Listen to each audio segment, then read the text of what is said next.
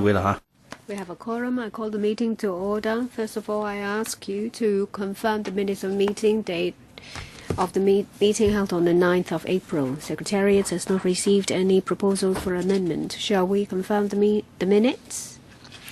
Is confirmed. After the last meeting, there are a number of papers issued. Two of them are one letter from Mr. Dennis KWOK and one letter from Mr. Wong Yuk-man, and tabled in front of you is a letter from Mr. Hon KWOK. We will discuss these letters later. On the 15th of May, we have received from Miss Alice Mack indicating that she would like to withdraw from this committee. Let's invite the administration to join us. In the meeting on the 7th of May, we have completed the clause by clause of the Chinese version. Today, we'll start dealing with submissions from deputations and individuals, and also comments received in the public hearing. The administration will respond to them. I believe that you have read the documents and they are on the agenda. Let's welcome Mr. David Wong, Deputy Secretary for CED, and Ms. Zhong from the Intellectual Property Department. We have 6 papers. I'd like to start with the administration's response to the 8,000 plus views expressed. Ms. Zhong, shall we start?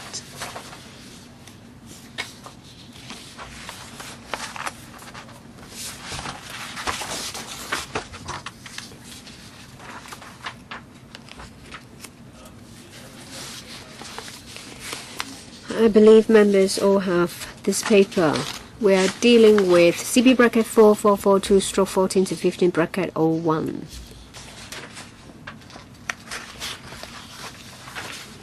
Thank you.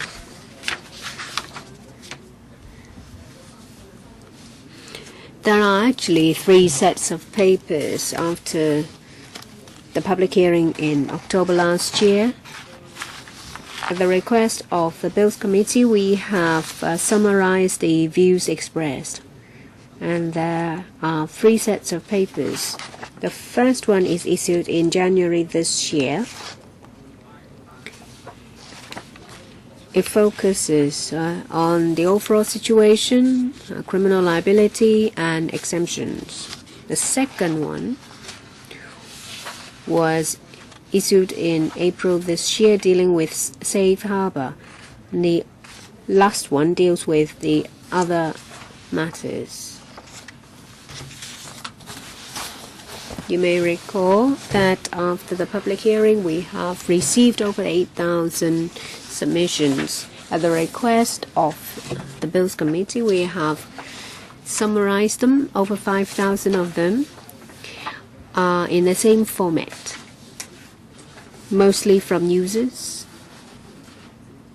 And there are also 24 other comments and internet service providers, NGOs, other organizations, institutions, etc. We have collated the comments, grouped them into different types for members to consider them. They are copyright owners, users, and also other people. In relation to the bills itself, there has been some views asking about the justification. Well, for copyright owners, they think the administration should complete the bill as soon as possible because Hong Kong is lagging behind, and this bill has significance in the protection of copyright. And we have in our response outlined the background, and there's also been discussions about protection of freedom of speech and why we need to afford additional protection. And our response is that we have to follow the latest idea and trend of international conventions.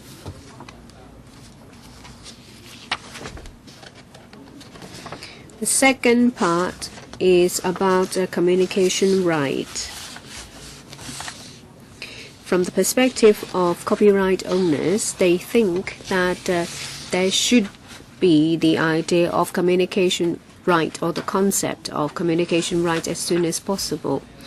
There are also concerns that the definition of the communication right does not cover some issues, say for example streaming. We'll have a detailed discussion about this because a television station has submitted their views and will give a detailed explanation. But all in all, people think that there should be the legal concept of communication right in our laws. From the perspective of users, they wonder whether this concept is too broad and whether the criminal liability is too strict and whether it is suitable in Hong Kong. As we've mentioned, that we are technologically neutral in this legislative amendment. And if you disseminate infringing copies, it will attract criminal liability and civil liability, and there are protections of copyrighted work. And if this is not done in hard copy but instead through say streaming, there should be the same approach adopted. And in previous meetings when we discussed about criminal liability, we have had a discussion already. The third part is about exemptions. And this is rather important in this bill.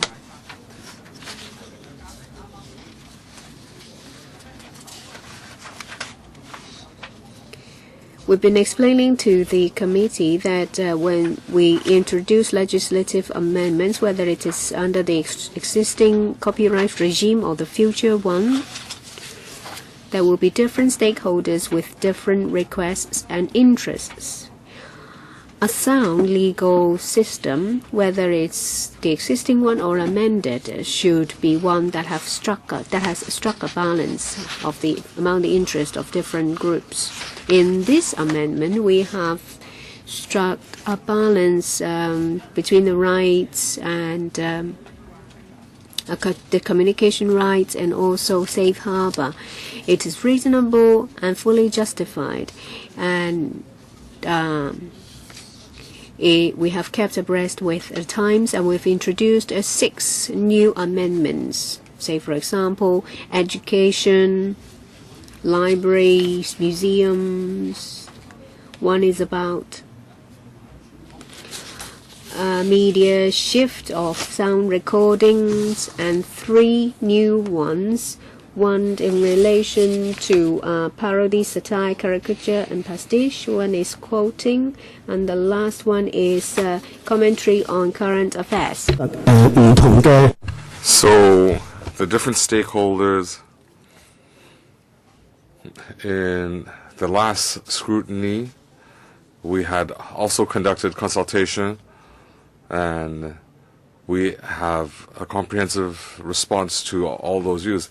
So this document has covered our responses in these important topics, and it covers the government's stance.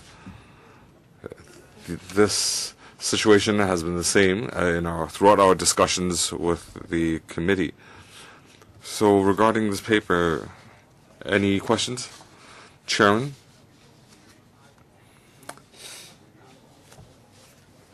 Responding to the government's response on its response to the deputation, before dealing with that, I had issued the chairman a letter. The contents of the letter say that on the 4th of May, a Monday meeting, I did not attend. Mr. Wong, the letter has been circulated. This is related.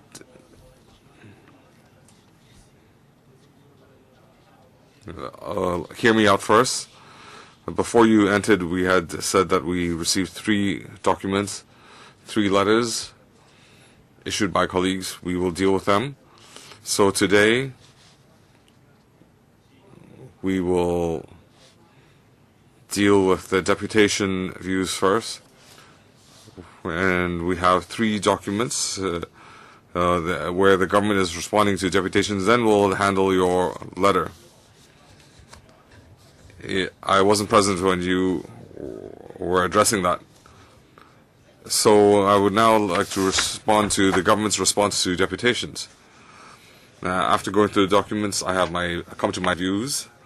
First of all, I feel that the government response to these deputations, and in other similar committees or the bill committee where they allow deputations to air their views, and then the government responds, a lot of times they have not been able to focus on the issues. Either they evade the issue or it's just ambiguous. And I'm not just targeting this meeting. Over the years, I've heard the government respond to deputations, and the majority, that's the way they deal with them. They have not considered their questions, and you have not taken them seriously and responded in kind.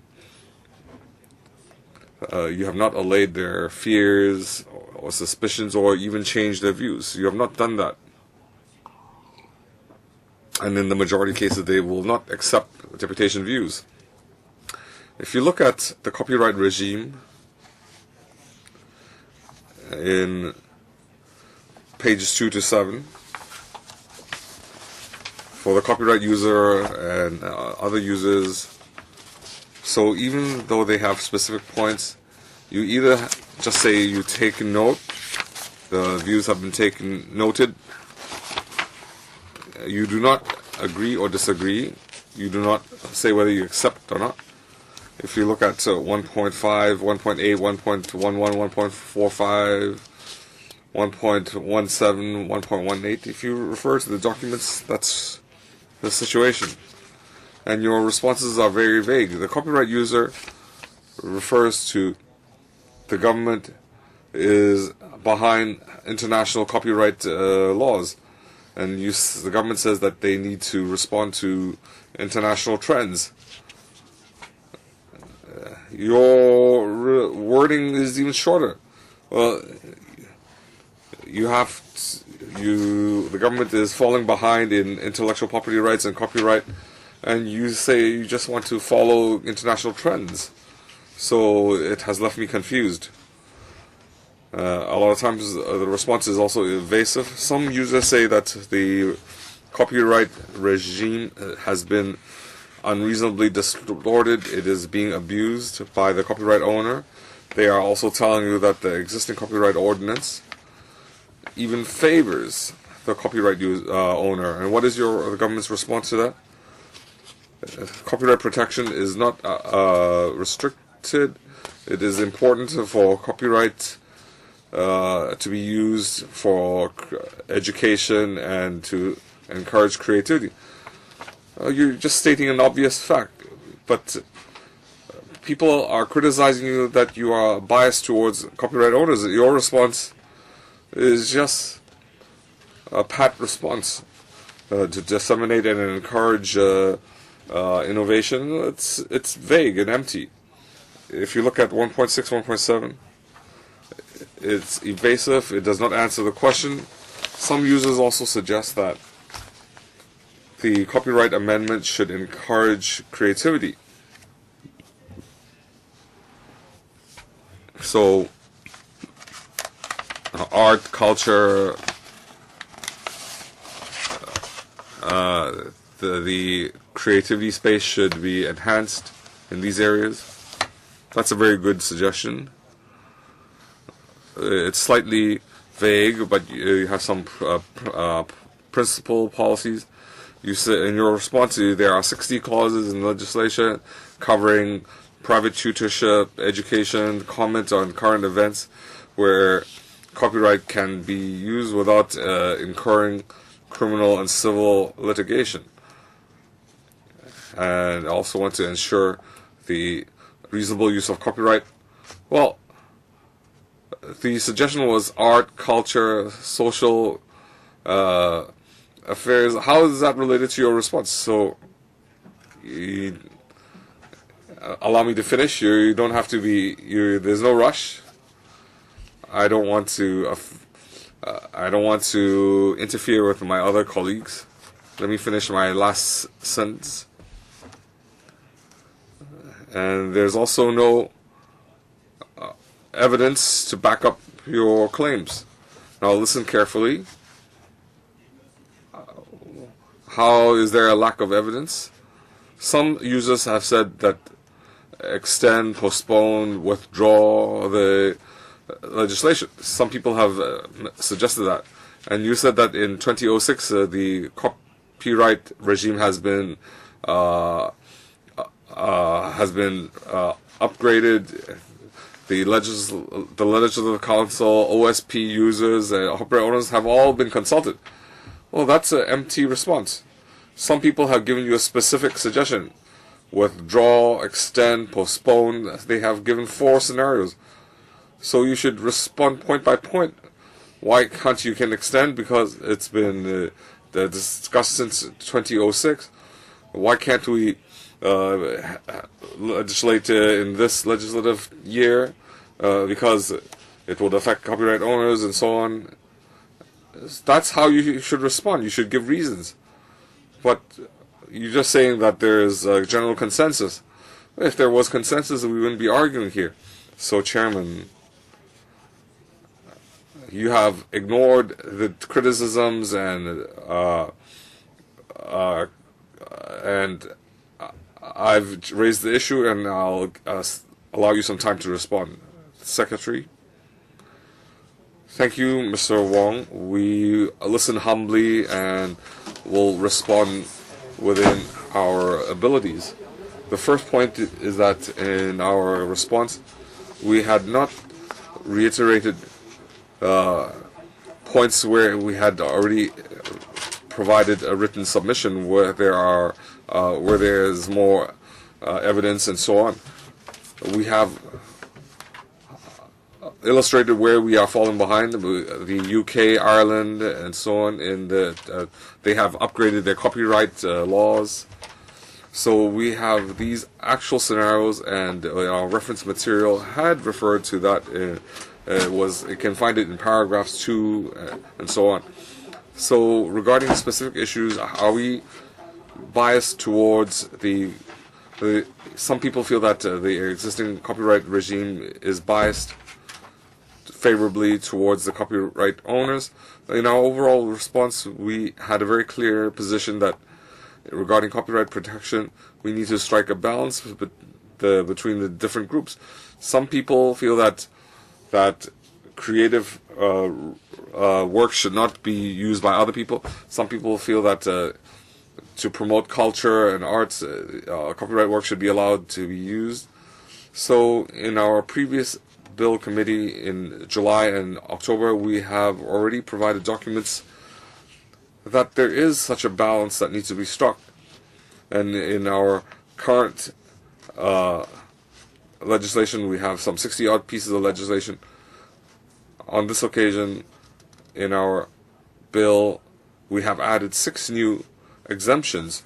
So in our previous bill committee and previous scrutiny, we had clarified why and how we can strike an overall balance.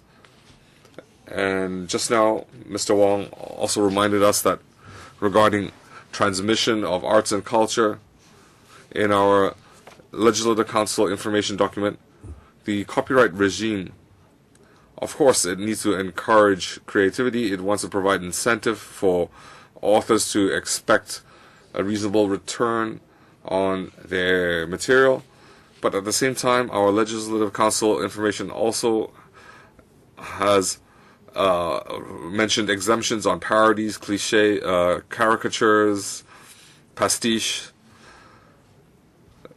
It's not unlimited protection because you need to have exemptions such that they can conduct their activities. So, of course, if we have some situations where we could respond in a more clear manner, that we would be willing to do so. We have already tried to respond to the different views. If there's any omission, we are willing to clarify that in this bill committee. So, I have just raised some issues of principle. I have responded, and you have also responded. You say that, well, you say you have made previous submission. Well, that you could just state where it came from. You could highlight where your background information was coming from. I'm just saying that you're not taking this seriously, Mr. Chen Jixun. My observation is the same as Mr. Raymond Wong's. In the government's response, it's very ambivalent. I'll ask very clearly,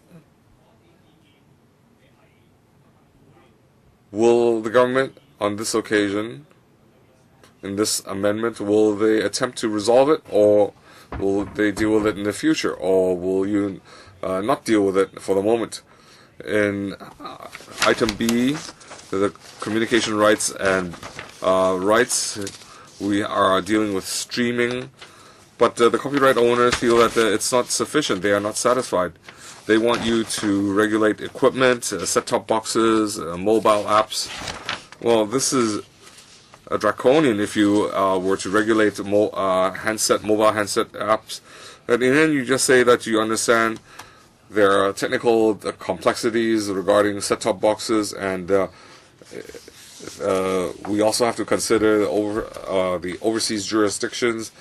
The customs has been helping us deal with that, including the application of the law. So does that mean, can you state clearly that this copyright amendment, you will not deal with set-top boxes or mobile phone apps, installation of mobile phone apps? Secretary. Thank you, Mr. Chan. This is a response, and we have discussion with stakeholders and members. Television broadcast stations have already submitted their views. They have stated their specific situation and provided some suggestions. On top of this response, we will provide a written response clarifying our view of the question, where the problems lie, and the current bill, how can it deal with the problem, what can it deal with, and there are some issues that are not dealt with. For example, set-top boxes are not included. Mobile applications are not included. We will state how this will be dealt with in the future. When our document is ready, we will respond in greater detail. I just want to continue on one point. We are listening very humbly. We will deal with it seriously. The Secretary, could you state clearly that you will not amend the copyright amendment bill that we have already scrutinized? You will not extend the scope to deal with devices. In our written submission, we will clarify that. Well, you have. It's not an. It's an ambition of us. We want to deal with that ambition. 1.5. Copyright owners asked you to take the approach of Singapore, that there will be order to stop access to streaming sites with infringing copies. And you said that, well, we will keep an eye on the internet arena. We update the work of our copyright protection. So can you say that you will not deal with the suggestion by introducing an order to stop access to overseas streaming sites? He hasn't given me a clear answer. Indeed, in this legislative amendment exercise, it's not dealt with, but in our reference material in the legislative brief, we have made it clear that the change in copyright regime is very rapid.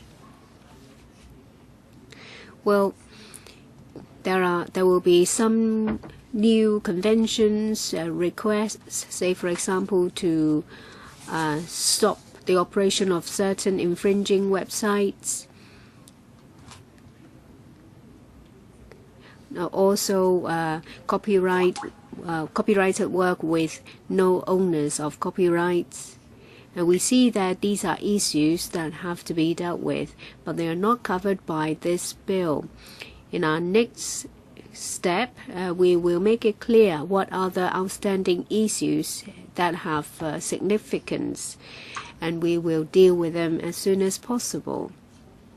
We've touched upon that. You say the next document, does it mean that you will give us another paper?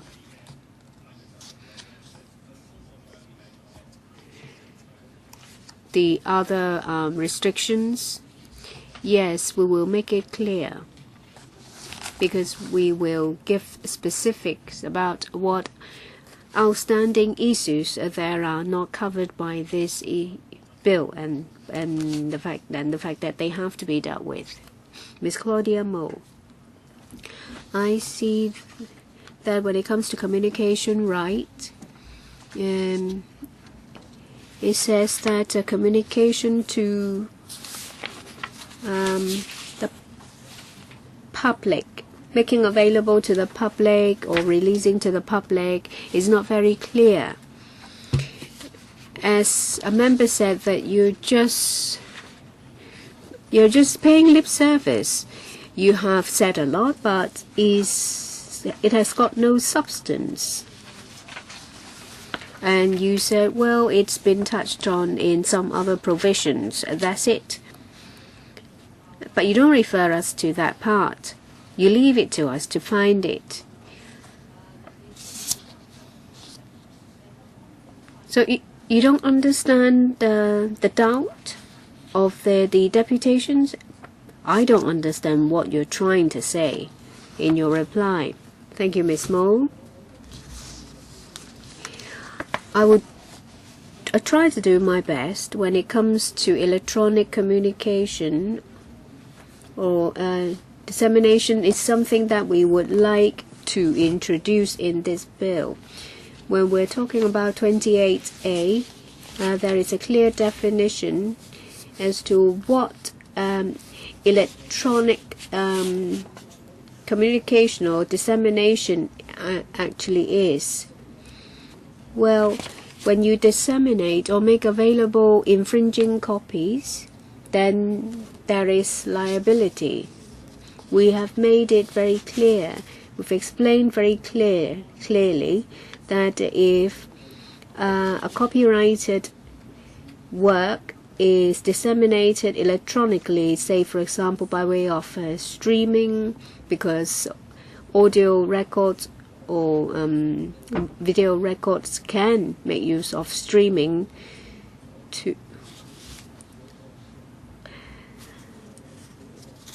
and be disseminated. on the receiving end, you have received the work, but there is no authority given by the copyright. So we think that if there is no legal liability, if you do it by streaming, then it's not in line with other overseas jurisdiction. Well, without the consent of the copyright owner, you cannot disseminate a copyrighted work electronically. It's just like the existing regime that there will be legal liability if a copy of a copyrighted work is disseminated. We can do better in our explanation. Mr. Wong, do you recall this summer last year?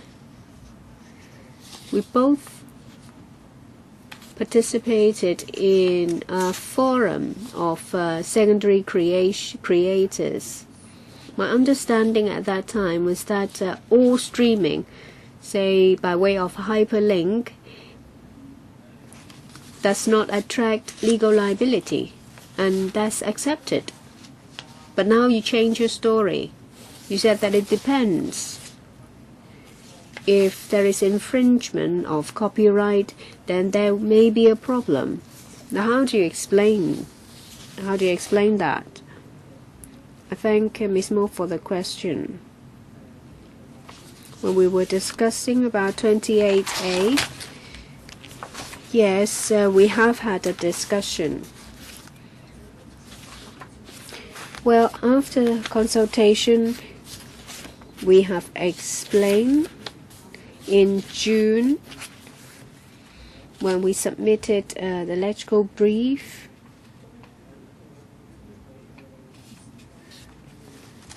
we have put it clearly in black and white, page 7, note 6, that at the beginning of the consultation, when it comes to sharing of copyrighted works through parody, satire, etc., and there are questions, and we have explained that if using the internet to have access to the copyrighted work, then it constitutes a dissemination. But if it's only a sharing of a link, it's not an infringement. And in the last bill, it sets out that if the content of the dissemination is not decided by the ones disseminating the information, then it's different. When this time we have explained very clearly when we explained 28A. I think that members are very clear about it because you have explained it abundantly. But when it comes to replying to views of deputations, it's not just for members, it's for the public as well. Some of your explanations may be too simple and too ambivalent, and members ask questions, so I would like you to clarify where it is unclear, so that it will be easier for the public to understand. Yes, we'll do that because we still have some papers to give to the committee. Mr. Raymond Wong, I was talking about CB bracket 4442/1415 bracket 01, and I haven't finished because I was talking about A, that is the overview. The second part is more specific. You can refer to it. A2 is copyright.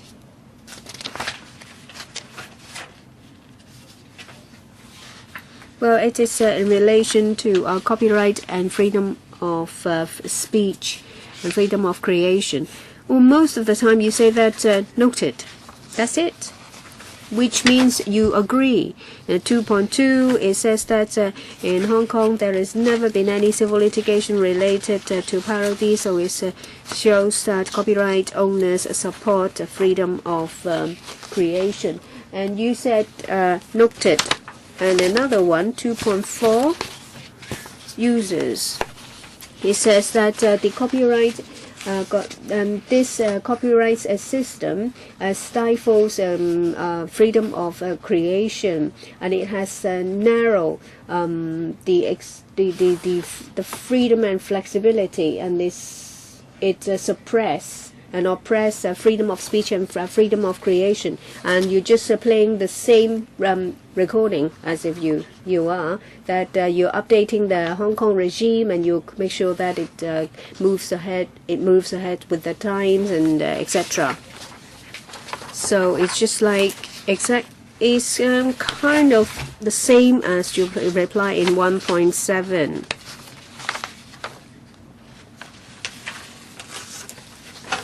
So you see that you are not serious. It's the same for 2.5.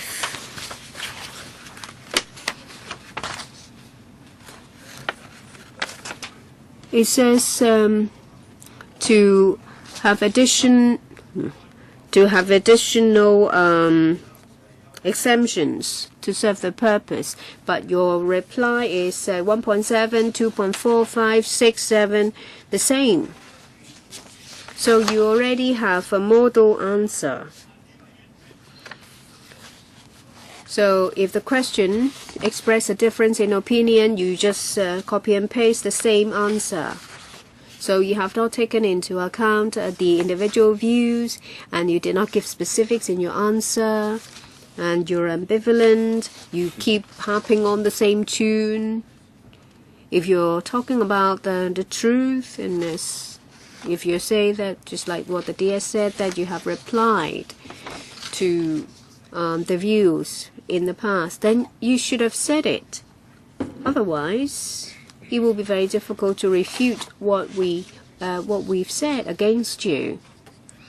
You look like you're very serious in your reply, but it's not, because you're only saying the same thing. So there is a policy stance. There are a lot of areas that I don't agree with you, but we've spent time to discuss on policies before we go into clause by clause. What we're doing now is to deal with comments from the public.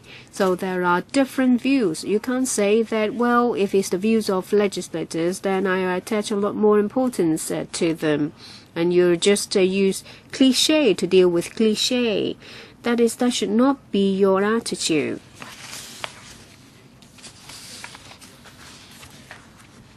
Well, this is what I've summed up about the administration's response. So you can take that into account, or you can reply to it. I've carefully looked into it before I made suggestions. Well, the copyright regime, if you say that it protects freedom of speech, creation, well, then it is a bit specious. What we're saying is that in this exercise, well, you may say that you have given additional exemptions to protect freedom of speech and freedom of creation, but you've only touched on the surface without going into details. And sometimes it gives the impression that you're only telling part of the truth. Well, when it comes to fair dealing, you have not covered all the different scenarios, say, for example, new lyrics with the old song, vice versa, or creations that has an effect of parody, or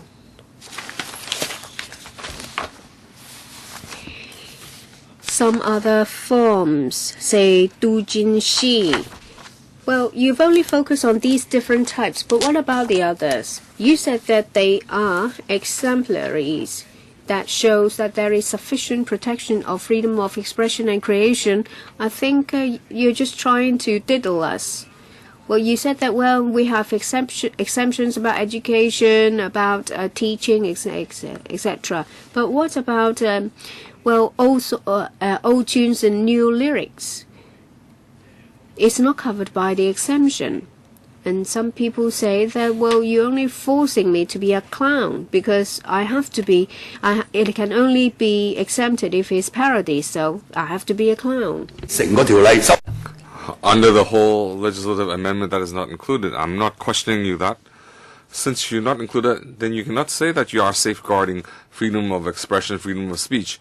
At least you need to admit that. Additionally, dealing with exemptions fairly, there are some loose interpretations. We understand the government is facing copyright owners. You are being squeezed, but there can still be a balance. You should extend the safeguards to non-profit works. That's my opinion, and of course the government, in its so-called fair exemptions, freedom of expression, freedom of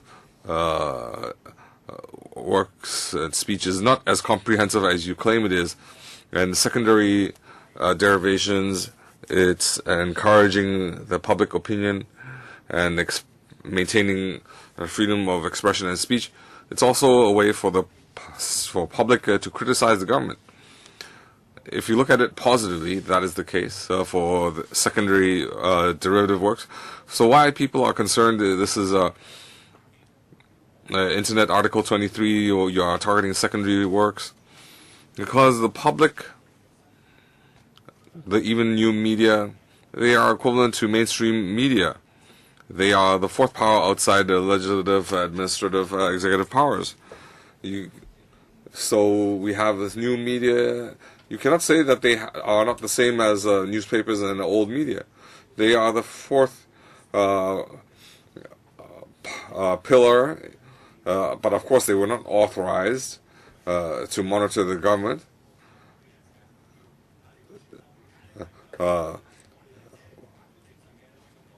So, as a matter of fact, they do play that role because society, you have the legislative, they have the executive, the judiciary, and if you have freedom of expression, they have checks and balances. You cannot say that mainstream media, ATV, RT, HK, ATVB, newspapers have this function, but the new media doesn't. So when you say you are safeguarding freedom of expression, you should have these concepts in mind, unless you're referring to the negative criticism, but they do have a positive value. So if you're referring to current affairs and photographs and so on, but if it's a commentary, they have exemptions. But the secondary works on the internet, the parody and so on, that is insufficient. I'll conclude here, Chairman. I'm also listening humbly. Secretary, anything to add? Well, first of all, are we responding as closely as possible? I already said that we're doing our best. Mr. Raymond Wong referred to paragraph 2.5. The copyright user can be circumvented, and they can. In footnote 16, we have already dealt with this. In our current response, we have included this. That's at the bottom of page 9. We have 4 paragraphs where the copyright user cannot circumvent the existing obstacles. Now, of course, you refer to paragraph 2.4 where the freedom of expression and the Internet Article 23 are these suffocating creativity. We have been hearing these criticisms, and on every occasion when we meet with the netizens or the members of the public, we have to deal with this. So we can only deal with it in principle. We cannot go into in-depth responses. If there is no infringement, or why it won't be an infringement in the future, and we also added new exemptions. So we are doing our best to respond.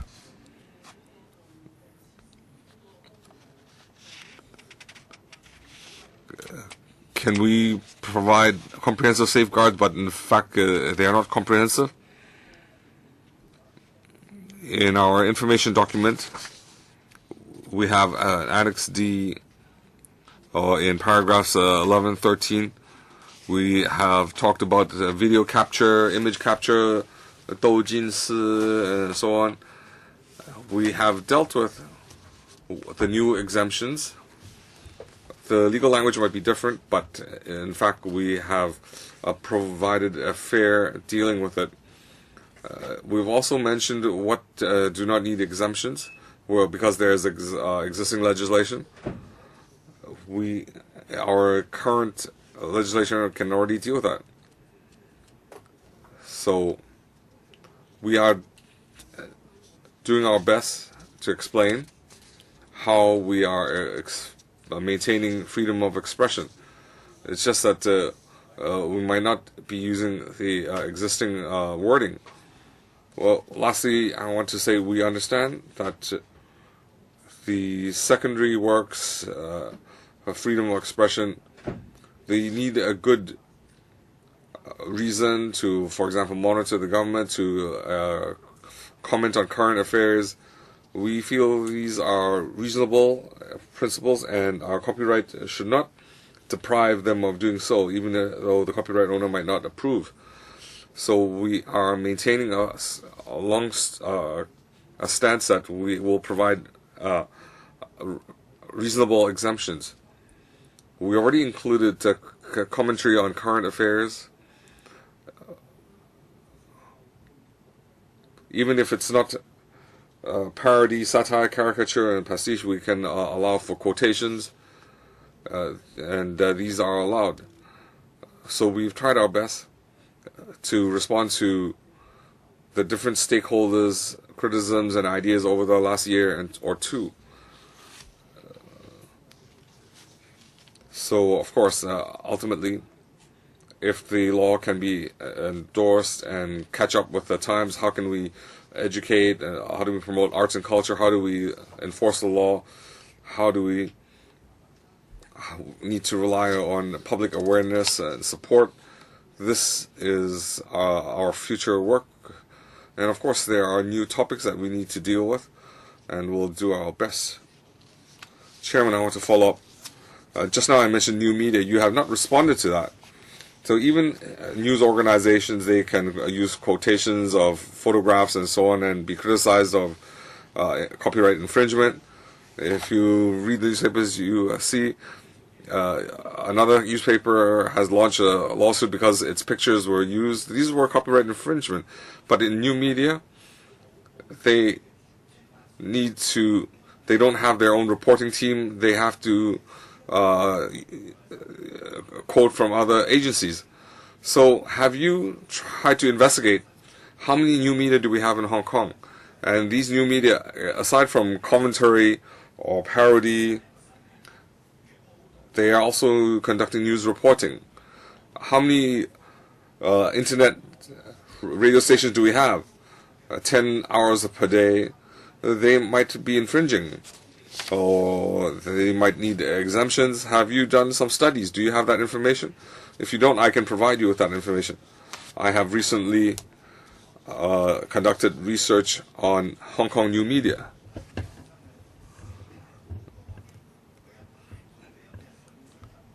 We have commentary, some have news reporting, some have video footage. I had done digital broadcasting myself. I have a live show. They would have provided, the colleagues would have provided some sound bites, and they would have sound bites from different people, and I need to comment on that, and I have to rely on that footage or those sound bites. I have to tell the assistant if you can identify the source, you need to highlight the source. It could be from Now, from TVB. We have to be very careful. So when I allow people to review this material, we would have to edit all this material out, because YouTube would criticize you of not quoting the sources. So when we have these different sound bites and clips, we have to quote the sources. So that's why I have to ask you, how many new media are there in Hong Kong?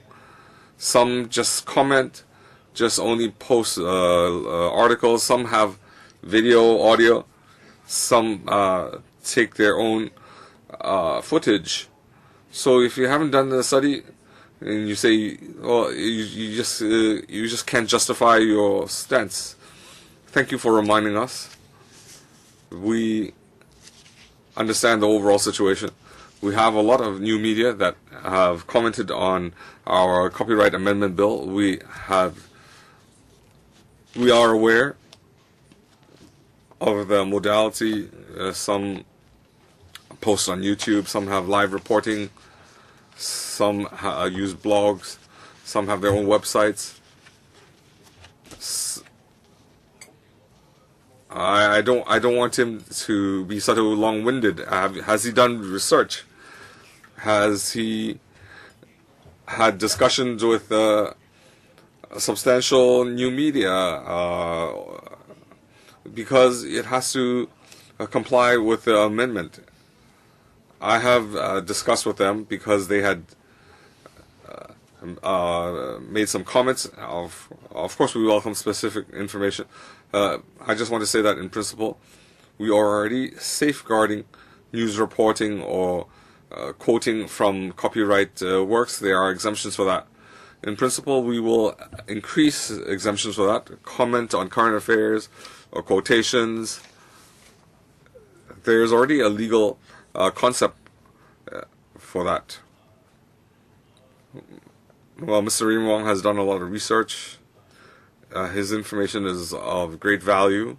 The Secretary has already responded. So you should forward the information to... I'm asking whether he has done that work. Well, he doesn't need to do it since you already done the work for him, Mr. Chan Ji-chun. Thank you, Chairman. I want to ask 1.9, 1.10 in Section B. Netizens are concerned about whether they would be breaking law when they share links. The government states very clearly that if the links provide links to another website photograph, and the person sharing the link has not infringed on copyright, then it's not a copyright infringement. Of course, the copyright owners are up in arms. They want to share our TV drama, and they have even commentary. Of course, under this definition, there is no breach of the law. I asked on the last occasion that if we have a Hollywood film that is not even shown on the Hong Kong circuit, it's not a law hasn't been breached. But if you look at other legislation, we are dealing with for example, human reproduction system ordinance. If you share results, if you just have the hypercode, you don't know what it is. But if you add some introduction, then it might be an offense. But that is dealing with commercials, promotion of gender selection in reproductive system. That description might already be a commercial. So it might not be exactly the same, but they have some cases, some precedent. In Canada, there is a case where the issuing of hypertext is not an offense, but since Hong Kong does not have any binding case law on hypertext, so the Canadian case is only for reference, but they have a local case. The case had 8 obscene hyperlinks, and the courts had ruled according to the obscene article ordinance, and the defendant had pleaded guilty. And since it was only ruled in magistrate court, it's not binding. So is the government aware? So when you share obscene article hyperlinks, it's an offense. Thank you, Mr. Chan, for your question. First of all, we are aware of this case because previously we had discussed and consulted with our stakeholders, and they mentioned that case. Second, how is this case applicable?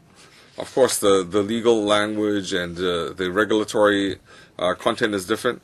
In that case, we're dealing with published obscene articles, and here we're talking about publishing. So our stance, as Mr. Chan read, it's already available in our legal, in our electrical information document. After so much discussion, some stakeholders have other views, and just now we had said that in this respect, we have another document that has a more detailed explanation, including overseas jurisdictions' rulings on hyperlinks. So we have a document for discussion. So you would focus on the sharing of hyperlink. You will give us another document. So do you have a stance? Can you tell me about it? That you still say that sharing of hyperlink will not be an offense, because netizens are very worried that you are tightening your grip. And we finish the clause by clause, and if members agree, then they will be allowed to tighten their grip. Well, that's not really what I said. The law is already there. It's just that there is a case now, and the case is dealt with in a magistracy. And we have explained our stance in the document. In 28A, it's expressed in legal language, and we will supplement an information paper to explain our stance. Ms. Sid Ho, I would like to also ask about hyperlinks. I remember that when we were discussing about this, the administration's understanding of a hyperlink is just words together, HTTPs, and then just a string of alphabets, and you click it and it will take you to something different. But technological advancement is always faster than us.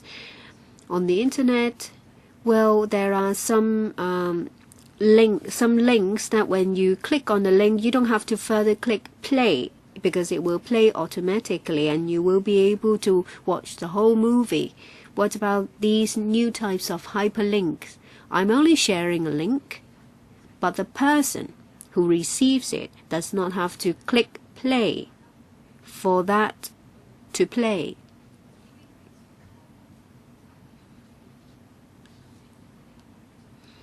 So, do you have a new opinion about this? We're aware of this, thank you, Ms. Ho, because there are some clips on the government website that will play automatically. But still, it's just an embedded hyperlink, and we will explain next time. So you don't have a stance at the moment, because you said in the past that hyperlinks are all right. No, what we said was that we have explained, and it's also expressed in the legal language in 28A, what is covered by electronic communication. Subclause 5 says that if the content of the electronic communication is not decided by the sender, then it's not. Then that person is not liable. But we have to make it very clear. Yes, that's what the law says. But if there are different interpretation, and if there is a change in technology, some people may think that, well, it's all right. But in actual fact, that is no longer the case. Mr. Sin Chung Kai. Well, I like the idea that the administration will furnish us with new information about issues raised in past committee meetings and the views of users and the views of copyright owners. It's very easy to share something now by WhatsApp and by whatever form. And at the same time, I see that there are some emails with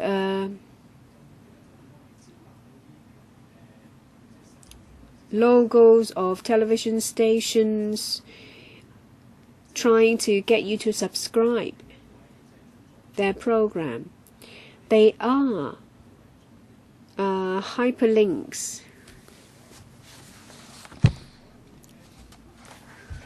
Most of the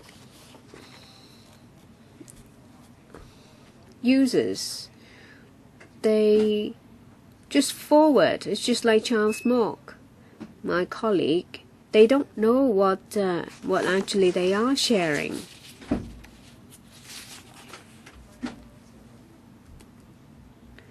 And I know that there is intent. It depends on the purpose or the content of the link. Sometimes is to cause harm to the copyright owner or to do it for profit. But if I'm only sharing it to a friend or two, I don't think it should be an offense. But there are people who do it to get subscribers, or they benefit from advertising charges. And this in fact harms the interest of copyright owners. So you have to strike a balance. You see if you can take care of both sides. Yes, please be brief because we've had a long discussion many times about this. There are different interests, and we have to strike a balance.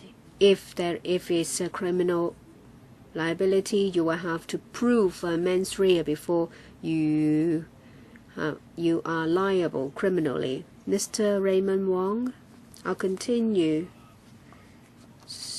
Shall we hear from Mr. Wong first? You first? It doesn't matter.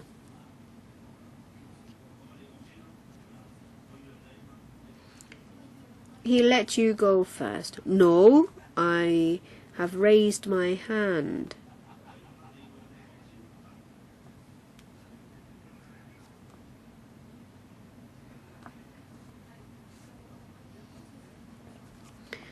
I'm worried because you've spent a lot of time on this bill.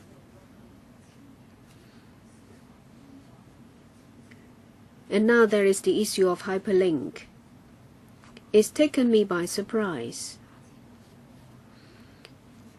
Let's say I'm a very active netizen, and I would say to you that last summer in a forum I heard you, and I asked you about hyperlink, whether it's okay, and you said it's okay, there won't be any problem. And now you said 28A and subclause 5, and there will be a new discussion paper. So it's something completely different. So perhaps some netizens will think that the situation has changed. Well, this is known as Internet Article 23.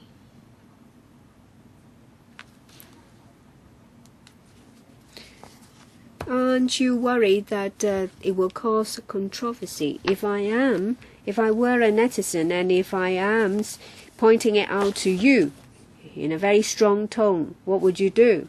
Well, I will be very humble. This is the third time when you say you will be humble, because I'm worried that I won't be humble enough.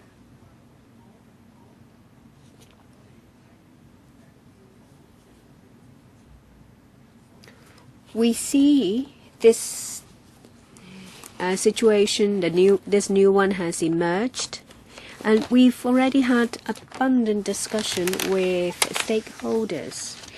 Our language has not changed. When we introduced the bill in June, we have already made it very clear what's covered by electronic communication, and subclause 5 of 28A was already there. But there was no heated discussion at that time. The bill was introduced in 2011, but it has lapsed. And then there's another bill introduced, and we consulted stakeholders. We asked to meet netizens to explain about the sharing of hyperlink, and there was frequently asked questions. We have not changed the legal language, but we have explained our views in an information paper.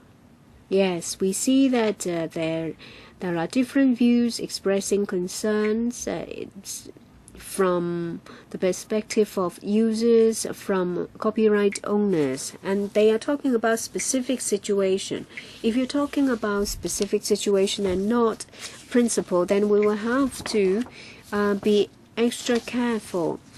And of course, as Mr. Sin said, that different people with different interests may have different requests. So we will make it very clear. We will explain about. We will list out the copyright owners and stakeholders we've met. When will you give us this information paper? We have been collecting information. We are also looking at some other ordinances. We will deal with that. Is it before the end of this legislative year? Yes. I want to ask about 2.11. Internet users say that copyright owners can leverage on their resources and lodge repeated complaints against secondary creators. And in the end, even if the case is not substantiated, it has put tremendous pressure on the creator, and there will be a chilling effect. And the administration's response, I'm not going to talk about the first one. The second one is quite ridiculous.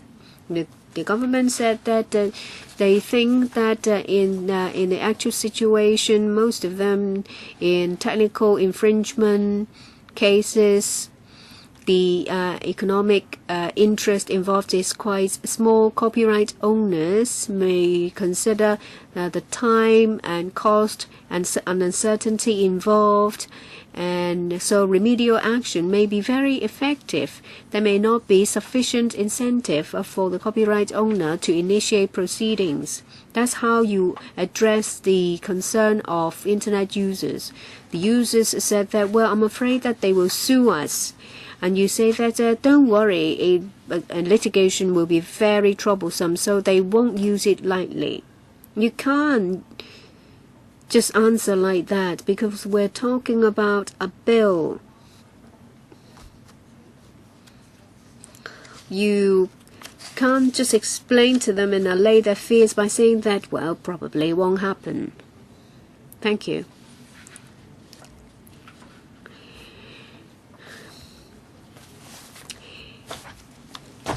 Paragraph 18 of the electoral brief is a detailed explanation. We know that this is a very solemn work because we're dealing with a bill. We have the duty to make the legal language very clear. But we also know that when it comes to the actual use, there are many other factors to be taken into account. It's not just how the law is written. And when we consider a situation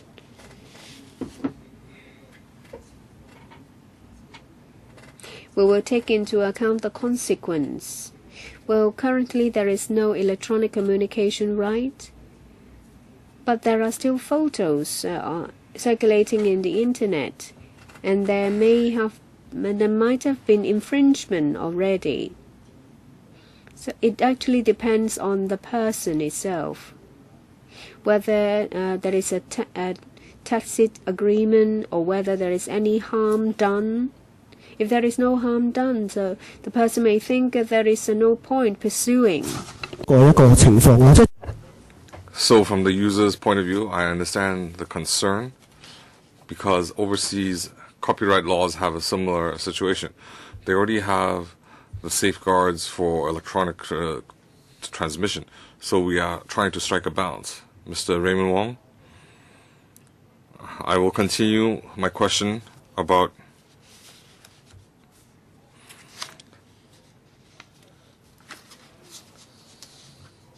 I'll talk about the communication right. Some of these are my own opinions. Just now, Claudia Mo mentioned that an issue that you should reconsider. You cannot say that they might not sue. It's very trivial. Then why do you legislate? If there's opportunity for lawsuit, they might pursue it in the courts. They might they might want to sue as a deterrent. So you cannot allay their fears by lightly brushing over. There were some 8,300 odd responses, and some 5,000 were templates. But the copyright owner association or companies, they had only 24 responses representing the different creative industries in music, movie, film, animation, and so on. We have also other respondents from NGOs, and they have some 11 responses. But OSPs, they had only 2 submissions because one was just a service provider. They are not a content provider. So if you just look at the ratios, you understand that who are the most worried. We were talking about Internet Article 23 because you're targeting the Internet. So I asked the government, have they done some research, especially in recent years? New media are mushrooming, and some of them are quite a large scale. And we also had established media. They have a lot of resources. They can also conduct web activities. So all these can be involved. You cannot just say netizen worries and fears. These are you have different exemptions, and you can't say that you can allay their fears. Netizens are citizens, public citizens as well. It's just that they are using the internet. So first of all, you are seeing the praises of balancing the needs of copyright owners. You are safeguarding freedom of expression and so on. You are not depriving freedom of expression, freedom of information. Well, that's exactly the spirit of the legislative intent. But if we receive criticisms, you are quoting some international examples. You are just quoting those that are applicable. Well, it's very simple. Previously, we were arguing about the UGC. You're not going to use that example. You already said you weren't going to use that. So if there's a selective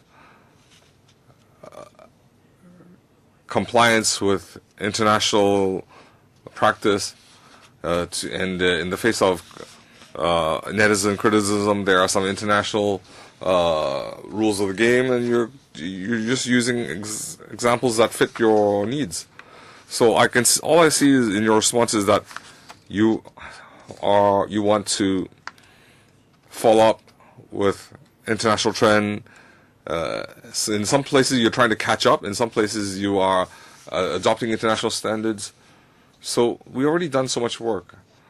My overall impression is that you are not able to allay a lot of people's fears. So I'm now seriously considering this copyright law. I will put forward my amendments, and if my amendments cannot go through, I will vote against this. But I'm giving you the benefit of the doubt. Even though we have suspicions of your intent, but we still applaud your effort. We still need to negotiate. Now, regarding international responsibility, my view is that when it's beneficial to you, you will choose to comply with international practice. And when it's not in your advantage, you will abandon those conventions. I'll give you 2 examples. First of all, the administration wants to legislate against abuse of copyright material and for deliberate infringement against commercial rights. So this is, you're quoting from Australian and European legislation. You're saying those countries have this legislation. If you look at paragraph 1.13, you say that you do not agree with blanket exemptions because that is against international conventions. It's not in line with the principle of safeguarding freedom of expression. So if you look at your response, you want to safeguard copyright owners' rights. Their rights or their benefits come first. Another example is that you are neglecting netizens' proposals. You don't have exemptions for user-generated content. So this Canadian legislation is controversial. It's not in line with the international convention. And then you quote the rapid development of the internet technology and the challenges in digital media. Well, the situation is very clear. It's been that way a few years ago. So why do we have a communications authority? Because the broadcast authority is insufficient. If you want to regulate radio and TV and telecommunications, the existing legislation is insufficient. That's why you need OFCA, and you want to now to also amend the broadcast and communications ordinance. And in the past, the handset could only handle phone calls, but now a mobile phone, you can use it as a webcasting device. So all this international legislation is in line or is trying to catch up with the technological development. Well, we have a lot of technical complexities. You also need to protect the copyright owners and the netizens. We have some out-of-date rules of the game. Will these rules of the game change in line with technological development? You need to do your homework. So set aside my personal convictions. So what you're displaying is that this legislative amendment, you're focusing on the economic benefits of copyright. You have very narrow cultural and artistic merit. It's like our independent insurance authority legislation. You need an independent insurance authority. But before you set up the new regime, you need to upgrade the old regime. So you should use this opportunity to, through amendment of the law, expand the arts and cultural perspective aside from the economic benefits of copyright protection. That's why I asked you, are you aware of how many new media there are?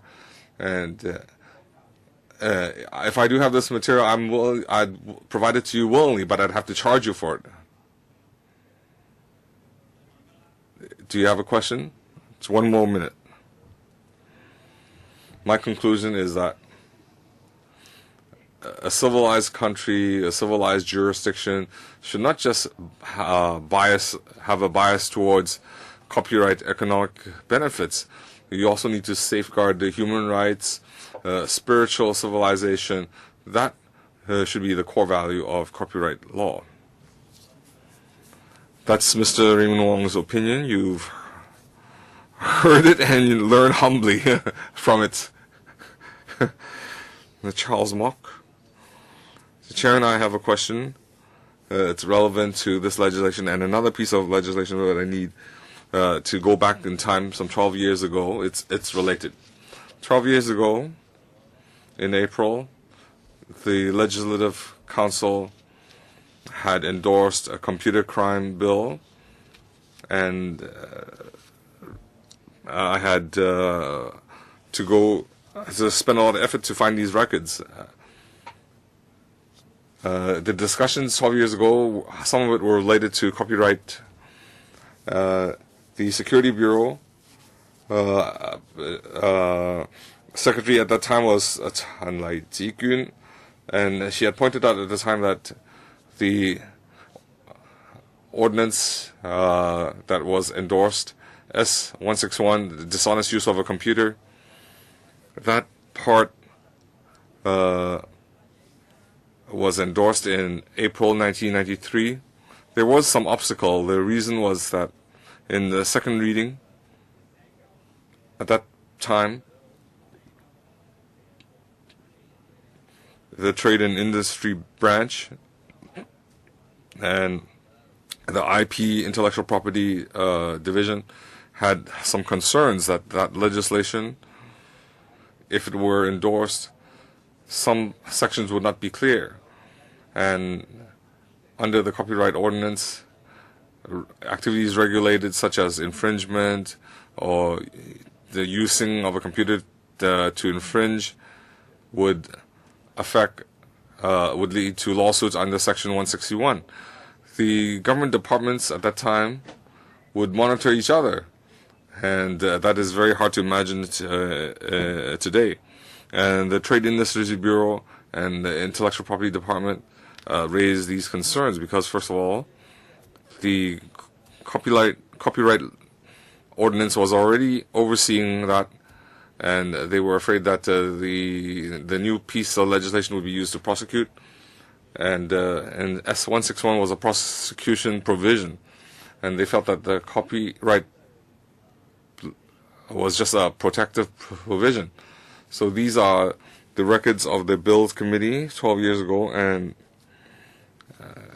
some documents that the Security Bureau had provided.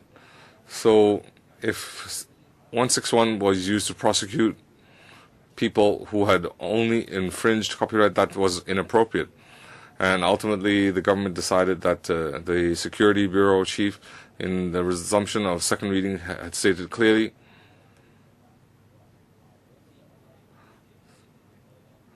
the Secretary for Security in the second reading had stated clearly it was read in English. Expressed that this offense, 即係161啦, could be used to prosecute copyright-related activities. The offense has not been designed to tackle copyright-related activities, which are regulated under separate legislations. It is the administration's intention to continue to keep the copyright regime separate and not to use this provision, 即係161, for the prosecution of copyright offences.咁所以我呢一度只係好簡單，主席，我想問一問呢，當然保安局唔喺度啊，佢點樣？ The Security Bureau doesn't have a representative here, and I don't know whether they had used this to tackle copyright infringement. But I want to ask now, as the IPD or the trade industry stance, is your view the same? That is, for copyright-related infringement activities that had occurred and prosecution is has commenced, would you use the copyright ordinance rather than the dishonest use of a computer? Mr. Mok, you had asked this question previously. Me, on the last occasion, somebody asked that question. The question was asked in January, and the Secretary for Security response was quoted as well. It was the meeting was held on 1st of April, and our stance was that the policy has not changed. Ms. Sid Ho, I want to follow up on the hyperlink question. I'm aware that the government will provide a detailed document, but before they provide that document, I need to state that my stance from the government, my stance versus the government is very different. In dealing with copyright, I am aware that they want to prevent commercial loss.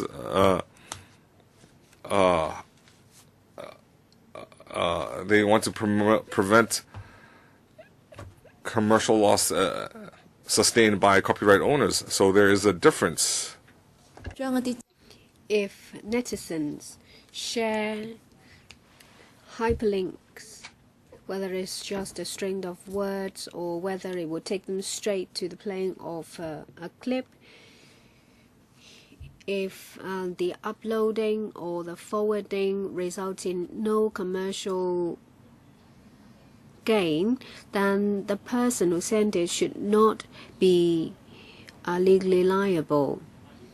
Say, for example, if the one who uploads it will not share anything in gain, but as a result of this sharing, then say, for example, fewer people go to the cinema, and you think that that person should be legally liable, and I don't agree. That's why I asked the administration to give an information paper to explain clearly about this sharing of hyperlink.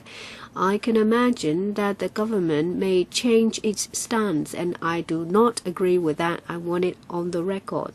And I ask the administration to reconsider. In the matter of trivial loss, we have been bogged down for quite some time. Well, and as to what is a trivial is not clearly defined. Perhaps it has to be a case will have to be brought to the court before there is a clear authority. If a member of the public, without gaining anything in the sharing or uploading of the link, that person should not be legally liable. Any other members who would like to ask questions? Mr. Raymond Wong. There is still one part about exemptions and the government, the administration's response. Well, before we're talking about criminal liability and communication rights, they are more principle in nature, so you can choose to reply or not, but this is specifics. There are doubts raised from the submissions, and I'm afraid the administration failed to dispel their concern. Now, when it comes 1.7, fair dealing. Well, users are worried that when the court is deciding whether there is fair dealing, the judges may not have knowledge about creations, so that what they decide may not afford proper protection, and you rely on the court to decide whether there is fair dealing, and the result may be that there may not be a fair judgment. And your response is that in a legislative paper, and also there is detailed explanation, and there is also a U.S. case law. And it mentioned here that when a U.S. court was explaining about fair use, it will be of reference value to courts in Hong Kong. Say, for example, U.S. courts will consider whether there is what the degree of the shift is, or the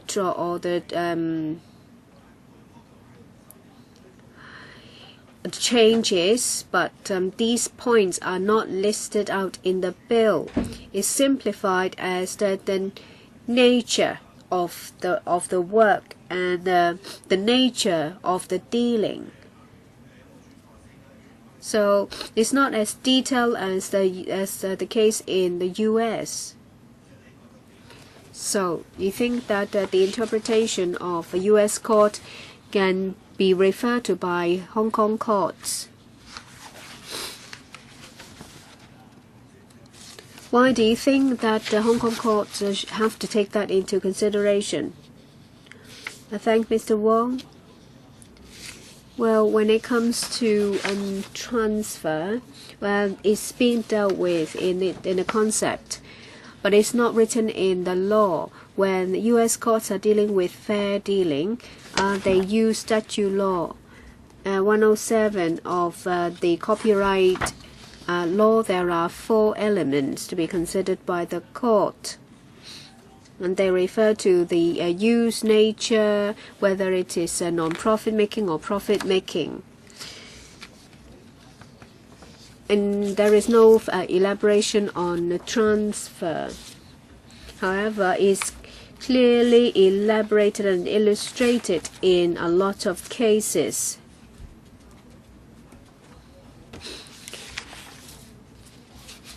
And we did not propose this in vacuum. We have taken into account existing fair dealing provisions, and we've used the same legal language. But you have only simplified it to the copyright, the nature of the work or the nature of the transformation.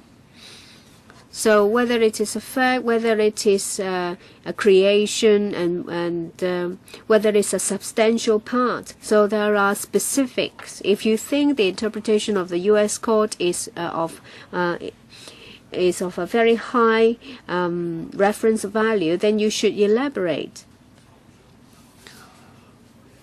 Well, very often we find laws very vague, and we spend a lot of time in clause by clause because of this. Well, the law should be a reporting language. There should not be too many qualifications and vague ideas. Apart from the specific provisions, there should be flexibility left for the court. That is a very important principle. We think the current drafting is similar to overseas provisions. On top of that, there are cases illustrating the application. We think it's a suitable approach.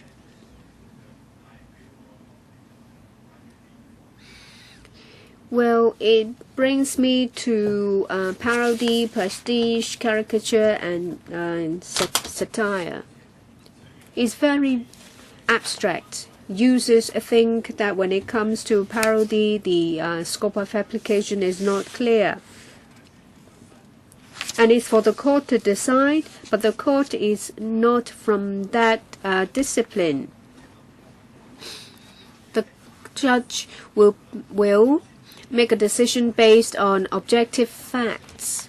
The definition will have to be objective as well, and here lies the contradiction. You've been saying that there is no standardized definition of parody. You've said it in the international arena. So it will be difficult to define parody. You said it, right? In the past 2 years, I've been asking myself, what is the best way? We use common law.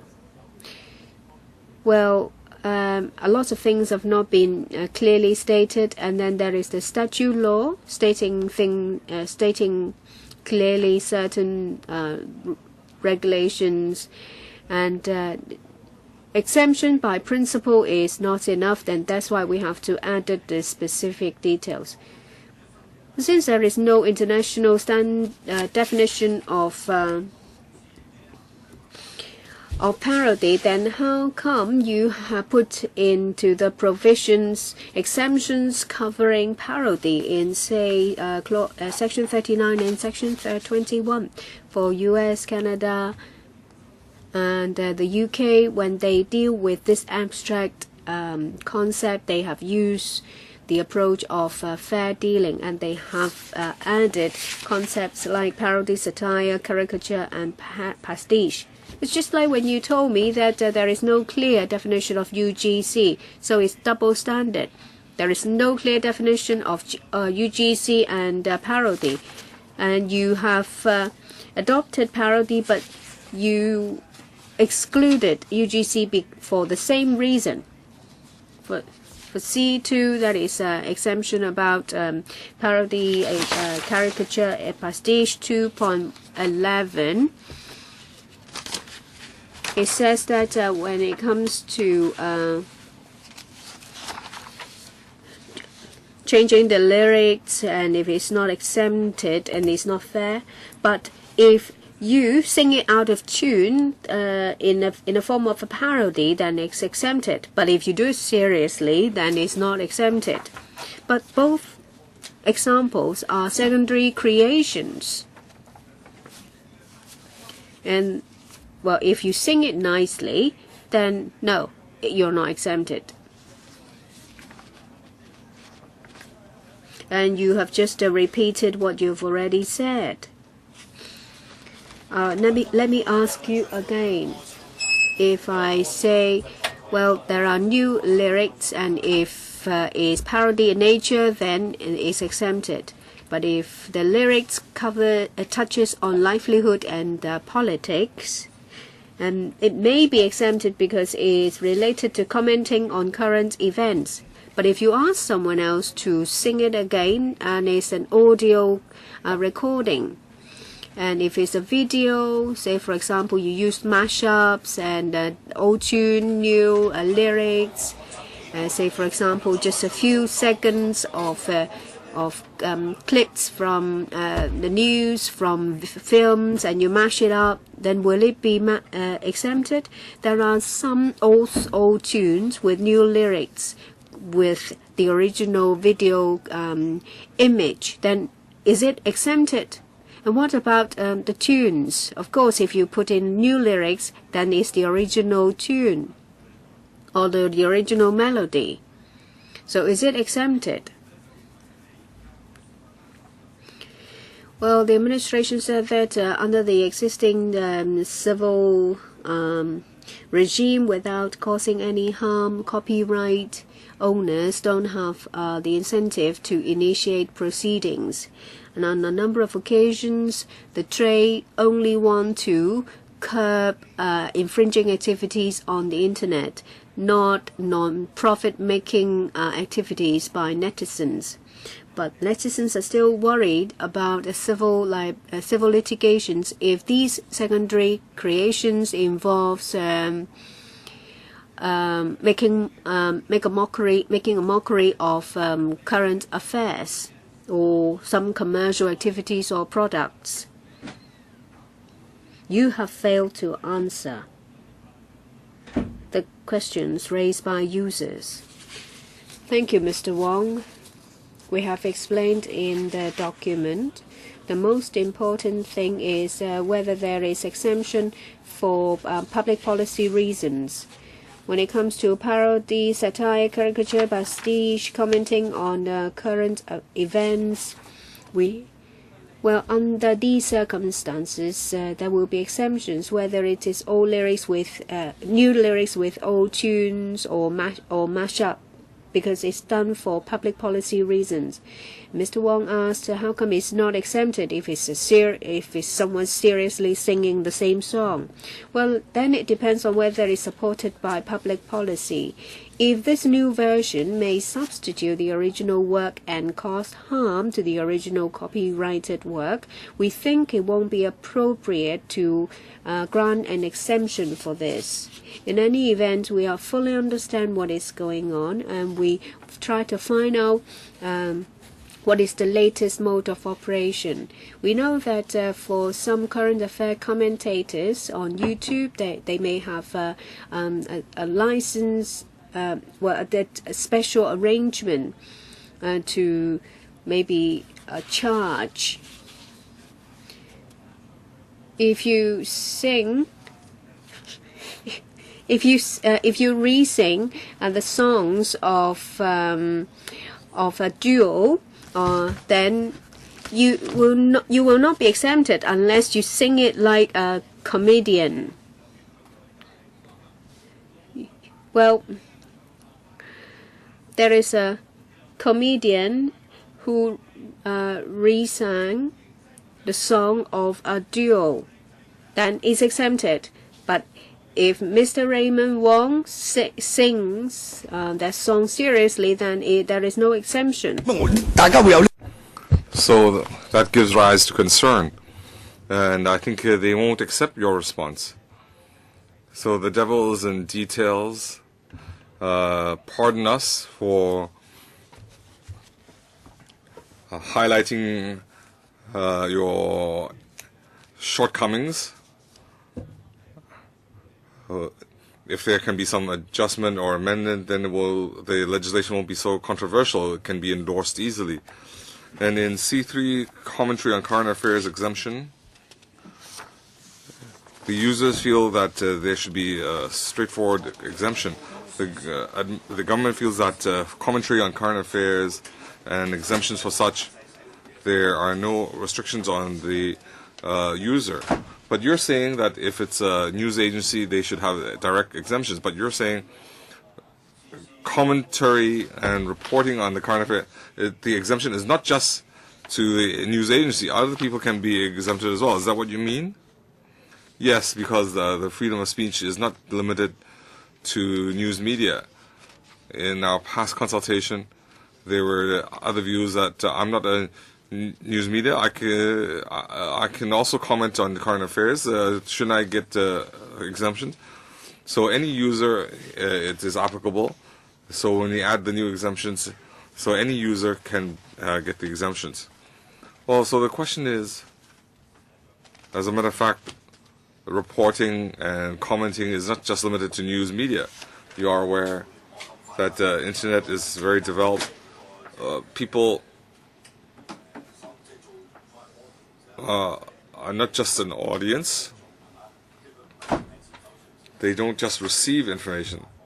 They also broadcast information. It's different from our generation. The readers, out of hundreds of written letters, only one or two letters would be posted. If it was a Raymond Wong phone-in program, your phone call would be cut. You wouldn't be able to express your opinion. So aside from receiving information, the new generation can also deliver information. So everybody has a handset. They can take pictures and post it on the internet. So that's news.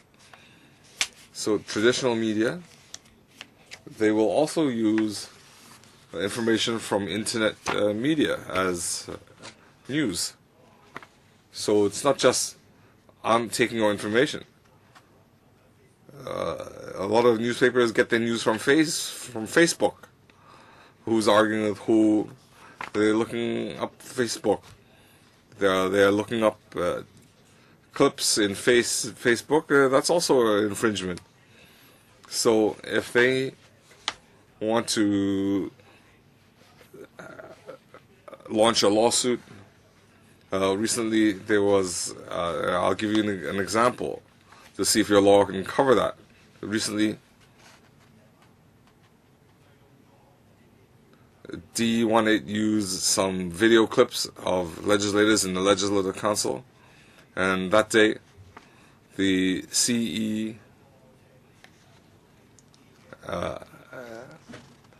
some young people were airing their views, and one netizen, they had compiled sound bites of legislators. Mr. Zhong Xu and Zhang Laiwan, they are very popular, and the opposition party, I'm a very popular soundbite target. So they post these sound bites on the internet.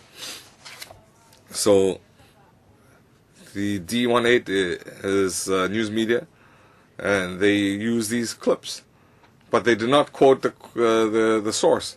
So D18 said that's a Legislative Council clip, but they didn't take it straight from LegCode. It was a secondary material. So the author raised a fuss. So set aside who is right or wrong. Under the existing legislative regime, how will you deal with that case? Is that a commentary, and other people's material was quoted without naming the source, but it was a secondary derivative work? So that netizen said, well, D18, why can't you edit your own sound bites? Why do you have to use my material? I can allow you to use my hyperlink, but you need to allow my click rate to exist. I think on this issue, we don't have to examine whether it's a radio station or news media, but we look at it from the copyright exemption. If they are news reporting or commenting on news, they already have exemptions. If they have a specific intention, there are also exemptions. And of course, in our exemptions, under reasonable conditions, if they can quote the source, we would require them to quote the source. Of course, there is some flexibility. If news media broadcasts live, they might not be able to quote the source immediately. So under these specific conditions, under reasonable conditions, if they cannot comply, we allow some flexibility. So I feel, in response to your question, in our legislation work, we cannot cover all the details. But most importantly, the legislative intention and use of exemptions, the conditions, are they reasonable? Put simply, I think that is the way we should examine the issue. So commenting on news is not just limited to the news media. Citizen can take a picture and post it on Facebook, and other news media could use this material. So when the citizen takes these pictures, should they be covered by the copyright law? Well, if a person has produced some works, it's an original work, so even if it is a secondary derivative work, but they have expended their own time and effort, they would still enjoy copyright protection. In the secondary works, if there's an underlying work involved, as long as they do not affect the underlying work. So when a third party takes a derivative work as a quotation, if there are no exemptions, they still need to seek permission from the underlying work and the secondary work. So my question is, even if they are not a news media, they are just a regular of the citizen, they are busybodies, they take pictures and post it on their platform, and it was used by other institutions. So you're saying it's reporting or commenting on news, so it doesn't, as long as you quote the source, then you are exempt. My question was, so this practice, these netizens, are they considered as copyright owners? Could you, yes, well, the difference is significant.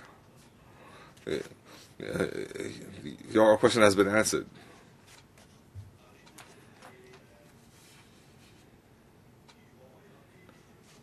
If we have traditional media using this internet material,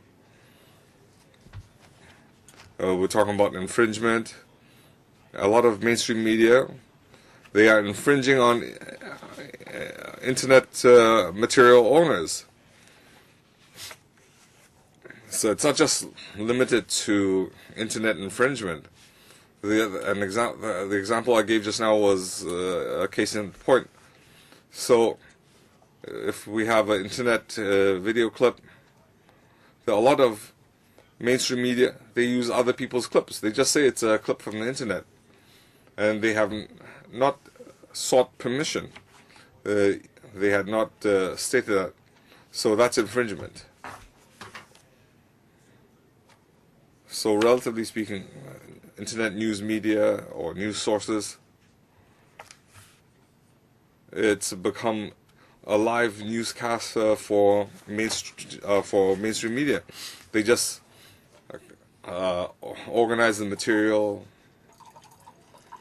So internet media, they can also take live news from traditional media and then they just edit the material and use it as their own. Is that infringement? So if you can state the exemptions, that would solve the problem. But if traditional media say that it's an exclusive news, in the past we would emphasize exclusive news. How would you deal with that? Well, I'm saying mainstream media, they have a web platform, live news. Let's say Wang Ji convenes a press conference. The newspaper is only circulated the next day, but they can post it live on the internet. And other internet media gets used their clip. It's like during the Occupy movement, the internet media, they would Passion Times, they post it on their websites. So news reporting is exempted.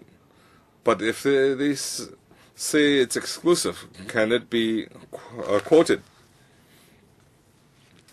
Well, the first point, the original owner has copyright, and if they post it on the internet, there's still a copyright protection. The second, when people use their material, if the permission was not granted and if there was no exemption, that is infringement. Of course, they need a substantial part. That is a principle. But if it has been used without permission, if the material has been used without permission, you asked whether the exemptions were applicable.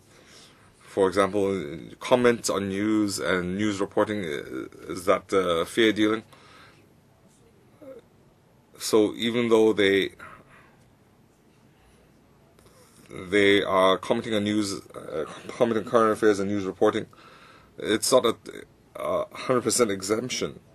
There is fair dealing, and just now you said it's exclusive news. They are not allowed to reproduce the news. This is, if it goes to the courts will have to apply fair dealing. My question is very simple. Exclusive news.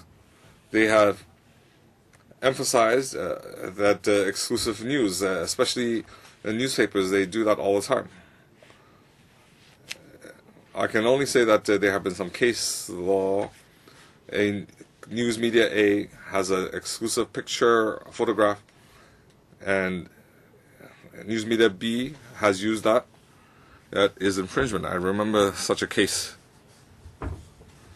Okay. If colleagues don't have any further questions on this paper, we have dealt with this, then we'll have to continue on the next occasion. It's because of time constraints. We'll have to scrutinize up to this point. Next meeting is 2nd of June, 4:30. Okay?